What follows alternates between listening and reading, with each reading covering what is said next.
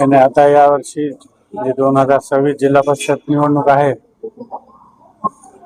या बाबतीत आता बरेच 4 वर्षापासून प्रलंबित असलेली निवडणूक जास्त जे वाट बघायला लावणारी होती, परंतु आपल्या जिल्ह्यात महाराष्ट्रात 12 जिल्ह्यात लागू झाली, त्यापैकी आपला एक जिल्हा आहे. आणि ग्रामीण भागात चांगलं उत्सुकतेचं वातावरण आहे आणि प्रत्येकाला ग्रामीण भागातल्या कार्यकर्त्याला ही निवडणूक म्हणजे कार्यकर्त्याची निवडणूक असते, त्यामुळे प्रत्येक कार्यकर्त्यात उत्साह आहे. जिल्हा पंचायत समिती असेल, या अनुषंगाने ग्रामीण भागासाठी अनेक सुविधा असतात, जसे की बांधकाम लाईट असेल, वीज लाईट, अनेक विकास म्हणून जिल्हा परिषदेकडे पाहिला जातो. या अनुषंगाने आपली काय आहे? जिल्हा परिषद हा ग्रामीण भागातील सगळ्यात मोठा विषय आहे, कारण ग्रामीण भागातले प्रत्येक नागरिकाचं काम हे त्रिस्तरीय पद्धतीत म्हणजे पंचायत समिती, ग्रामपंचायत, पंचायत समिती, जिल्हा परिषद इथंच असते. त्याच्यामुळे ग्रामीण भागासाठी अत्यंत आवश्यक असलेल्या ज्या काही गोष्टी असतात त्या या यंत्रणेमार्फत राबवल्या जातात. जसा की घरकुलाचा प्रश्न आहे, सगळ्यात मोठा महत्त्वाचा क्षेत्रक्षाचा प्रश्न आहे. तद्वतच ज्या लोकांना शासनाच्या विहिरी वगैरे मिळतात तो एक विषय. हे सगळी यंत्रणा जिल्हा परिषद सदस्य किंवा पंचायत समिती सदस्य असल्यावर जसं कार्य प्राधान्यानं होते, तसं आता प्रशासकीय यंत्रणा असल्यावर होत नाही.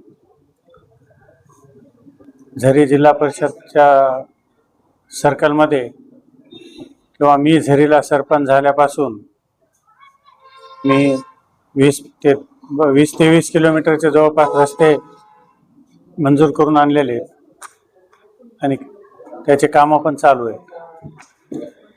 तसेच घरकुलाचे या वर्षी 1000 घरकुल जवळपास आमच्या इथं मंजूर झालेले आहेत. त्यासाठी आम्हाला खूप पाठपुरावा करावा लागतो. जिल्हा परिषद अस्तित्वात असली तर सदस्याच्या मार्फत हे काम होऊ शकते. सध्या सरपंच म्हणून आम्हाला प्रत्येक वेळेस पंचायत समिती, जिल्हा परिषदला फॉलोअप घेऊनच ते मंजुरी वगैरे करून घ्यावं लागते. आता जिल्ह्यामध्ये झरी सर्कल एक जिल्हा परिषदचं मोठं सर्कल आहे आणि विशेष म्हणजे या सर्कलकडे सर्व जिल्हावासियांची नजर लागलेली आहे की यामध्ये जे निवडणुकीच्या रिंगणामध्ये मामा भाचे असेल, रिंगणात आमने सामने आहे, असं यामुळे परभणी चर्चा आहे. काय मी माझ्या कामाच्या जोरावर मत मागत आहे आणि मी प्रामाणिकपणानं प्रत्येक नागरिकाची समस्या ऐकून घेऊन प्राधान्याने सोडवत असतो आणि माझा जनसंपर्क 4 वर्षापासून चालू आहे. प्रत्येक गावातील प्रत्येक घरापर्यंत माझ्या कामामुळे किंवा संपर्कामुळे मी पोचलेलो आहे. निश्चितच जनता मला विजयी करेल ही मला आशा आहे. भाजपचे आता 1 तारखेला माननीय बावनकुळे साहेब, नामदार मेघना दिदी या दोघा जणांचा 1 तारखेला दौरा आहे झरीला. आता काय माहिती, वरपुड साहेब तिकडे व्यस्त राहतील, तिकडे शमशेर आणि प्रेरणाताई असल्यामुळं साहेब येतील का नाही सांगता येत नाही. परंतु पक्ष आता ते पण आता भाजपचे ज्येष्ठ नेते आहेत. हां, भाजपाचे ज्येष्ठ नेते म्हणून त्यांनी प्रत्येक मतदारसंघात परभणी तालुक्यातल्या तरी कमीत कमी यायला पाहिजे आणि त्या उमेदवाराला निवडून येण्यासाठी प्रयत्न करायला पाहिजे असं आम्हाला अपेक्षित आहे. मतदारांना मी आवाहन करतो की उमेदवार निवडताना क्षणिक प्रलोभनाला बळी न पडता जो माणूस तुमच्यासाठी 4-5 वर्षापासून राबत आहे, तुमच्या प्रत्येक अडी अडचणीत सुखादुःखात सोबत आहे, त्याचा त्यांनी निश्चित विचार करायला पाहिजे. कारण ग्रामीण भागात कुठलंही काम असेल तर स्थानिक प्रमुख नेत्याकडं त्या लोकांना जावं लागते. ते शासकीय काम असो, कौटुंबिक कलहाचं काम असो, शेतीच्या बांधाच्या काही भांडणाचं वगैरे काम असो किंवा कुठल्याही दवाखान्याचं काम असो, ह्या सगळ्या गोष्टीसाठी स्थानिक नेतृत्व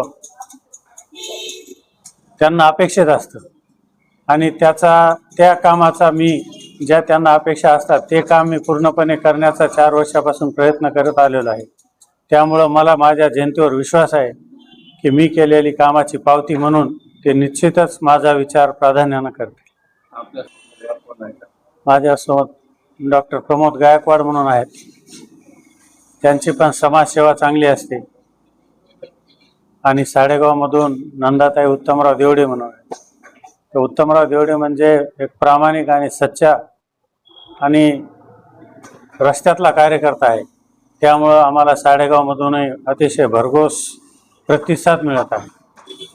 भारतीय जनता पक्षाने आपल्याला एक विश्वासाने संधी दिलेली आहे. त्या संधीचं कशा पद्धतीने मी भारतीय जनता पक्षाने जो विश्वास दाखवला आहे की एक नेतृत्व ग्रामीण भागात तळागाळापर्यंत पोहोचणारं आणि लोकांच्या कामी पडणारं असं बघून मला भारतीय जनता पार्टीनं उमेदवारी दिलेली आहे आणि निश्चितच मी त्याचा फायदा निवडून आल्यानंतर माझ्या सर्कलच्या प्रत्येक गावात रस्त्याची अडचण असेल, शेत रस्त्याची अडचण असेल, पिण्याच्या पाण्याची अडचण असेल, शिक्षणाचा विषय आहे की बऱ्याच ग्रामीण भागात रस्त्या वगैरे नसल्यामुळे कोणतेही शिक्षक लोक तिथं जायला तयार नसतात.